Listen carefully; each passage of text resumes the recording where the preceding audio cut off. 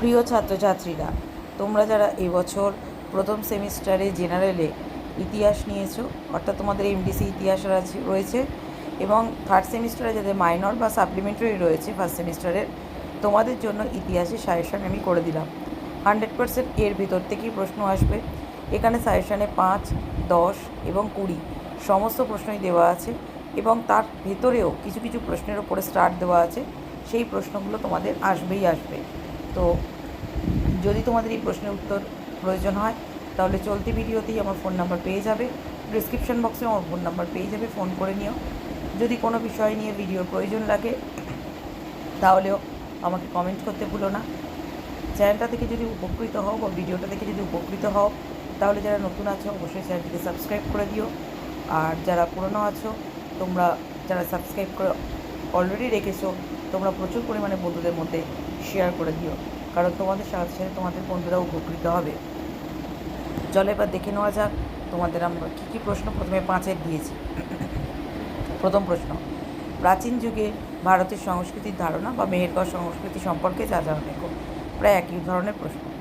2, চিত্রিত ধূসর মৃৎপাত্রের বৈশিষ্ট্য দাও। 3, বৈদিক যুগে জাতিভেদ প্রথা, সভা সমিতি ও নারীদের অবস্থা ব্যাখ্যা করো। খুব গুরুত্বপূর্ণ এই প্রশ্নগুলো আসার চান্স প্রবল।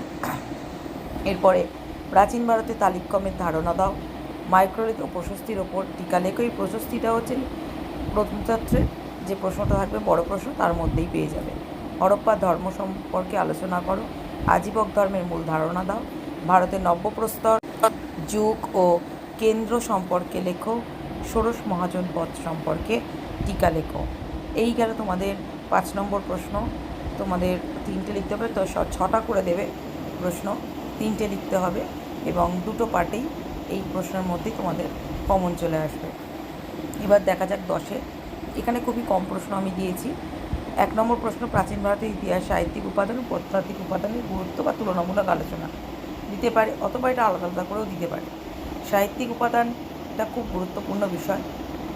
2 নম্বর, সমসাময়িক অন্যান্য সভ্যতাগুলির সঙ্গে তুলনামূলক আলোচনা ভিত্তিতে হরপ্পা সভ্যতার নগর পরিকল্পনা বৈশিষ্ট্য দিলেও কিন্তু নগর পরিকল্পনা তোমাদের ইনক্লুডেড করতে হবে, এবং আবিষ্কারটাও একটু লিখে দিতে হবে, এবং পতনের কারণগুলি উল্লেখ করো।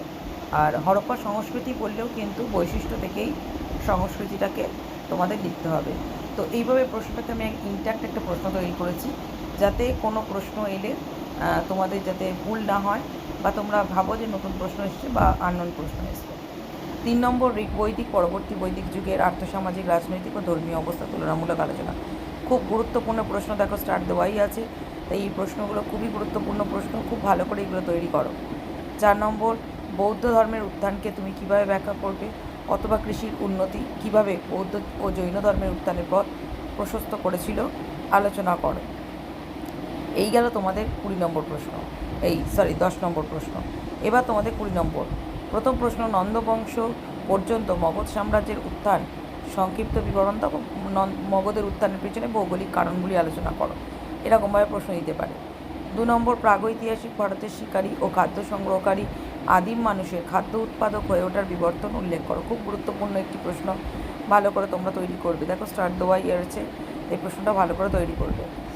3 নম্বর, মধ্যপ্রস্তর যুগের গুহা শিল্প এবং তাম্রপ্রস্তর যুগের সংস্কৃতি সম্পর্কে আলোচনা করো। এটাও একটি গুরুত্বপূর্ণ প্রশ্ন, কারণ স্টার্ট দেওয়া আছে, তাই এটাও কিন্তু তোমরা ভালো করে তৈরি করবে। এবং শেষ যে প্রশ্নগুলো আছে সেই প্রশ্নগুলো হচ্ছে, গৌতম বুদ্ধের মূল উপদেশগুলি লেখো এবং বৌদ্ধ এবং জৈন ধর্মের পার্থক্য লেখো।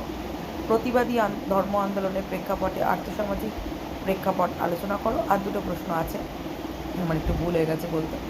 তো এগুলো দেখো স্টার্ট দেওয়া আছে, তাই 10-এর এই প্রশ্নগুলো খুব গুরুত্বপূর্ণ। হিস্ট্রি, ইতিহাসের পার্থক্য খুবই খুবই গুরুত্বপূর্ণ একটি প্রশ্ন, এবং আর্য সমস্যা সম্পর্কে আলোচনা করো। লাস্ট 2টো প্রশ্ন ভেরি ভেরি ইম্পর্টেন্ট, লাস্ট 2টো প্রশ্ন অবশ্যই করো। এই প্রশ্নগুলো আসতে চলেছে, এখানেও তোমাদের দেবে বেশ কিছু প্রশ্ন। আশা করি তোমরা এই ভিডিওটা থেকে উপকৃত হবে। যদি ভিডিওটা ভালো লেগে থাকে অবশ্যই সাবস্ক্রাইব করে দিও, এবং বন্ধুদের মধ্যে শেয়ার করে দিও।